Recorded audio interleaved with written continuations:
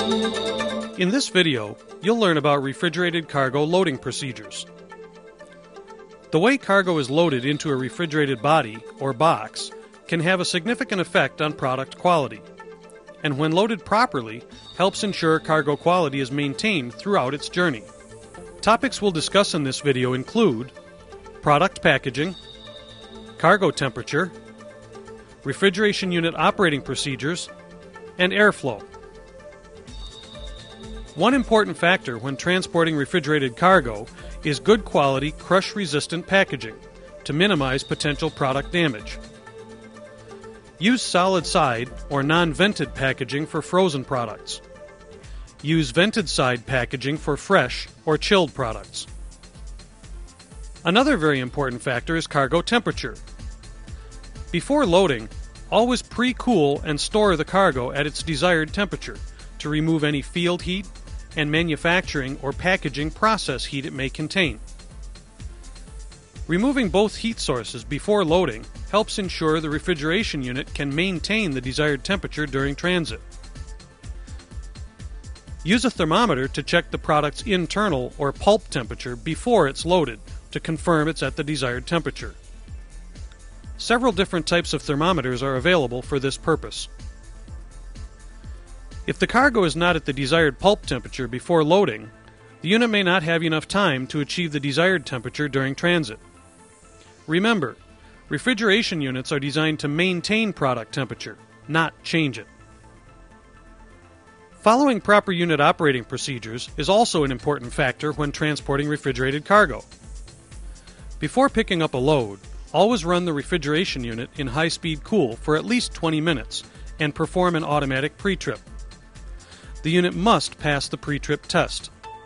If it doesn't, follow your company's prescribed procedures or contact a Thermo King dealer for assistance before loading any cargo. Next, set the unit controller to the desired set point temperature. Refer to the unit operator's manual for instructions on how to operate your specific unit. Once changed, always double-check the setting to ensure it was set properly and to help prevent potential cargo damage that can result from an improperly set temperature. Next, select the proper operating mode.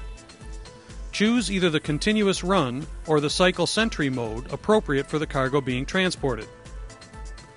Operating a unit on cycle sentry with cargo that requires tight temperature control or continuous airflow operation is not recommended and can result in product hotspots and/or top freezing.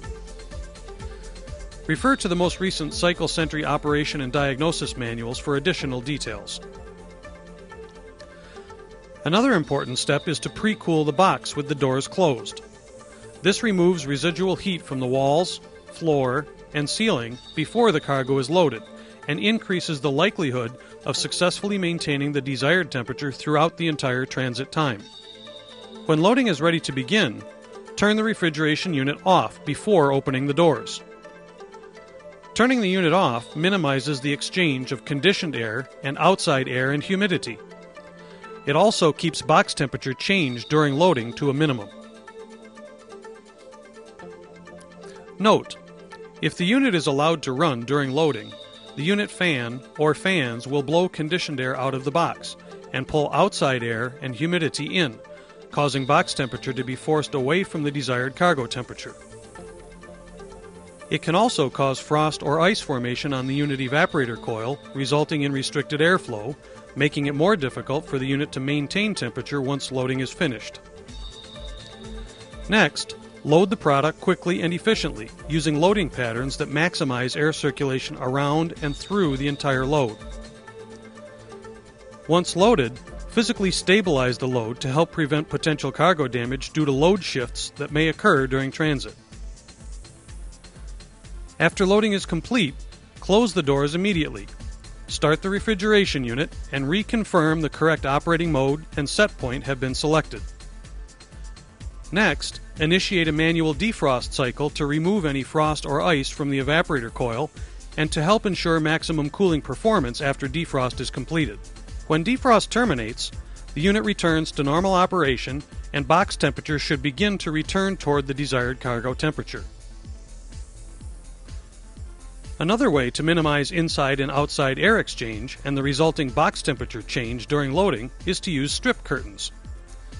They help keep conditioned air in and outside air out, and they're always recommended in distribution. An additional way to help reduce air exchange is to minimize door opening duration. The more they stay closed, the better. Another very important factor in maintaining product quality during transit is airflow. Poor air distribution is one of the primary causes of product deterioration, even when refrigeration unit capacity is more than adequate. When loaded properly, there should be sufficient airflow to maintain cargo temperature throughout the entire cargo space. Any physical obstructions or restrictions within the box can cause poor airflow and result in product hotspots. To achieve proper air circulation requires airspace around all 6 sides of the load, and every effort should be made to minimize airflow restrictions. Good airflow involves 4 key factors. Factor number 1 is associated with floor design and cargo placement in the box. Regardless of the floor design used, minimizing airflow restrictions throughout the entire box is critical to ensuring that air can reach the cargo quickly and efficiently. When using pallets, be sure they have open ends and sides that will allow unrestricted airflow under and through the pallets all the way from the front to the rear of the box. If using plastic wrap, do not install it below the top surface of the pallet.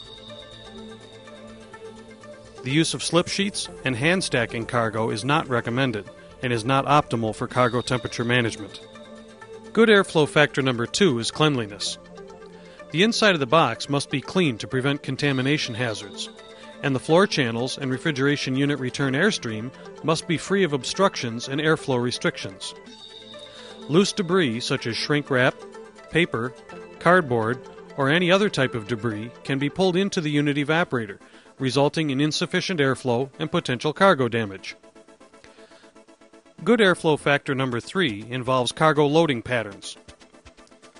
When selecting a loading pattern, always use a pattern that will provide sufficient airflow around and through the entire load, thus ensuring conditioned air from the refrigeration unit can reach all of the cargo.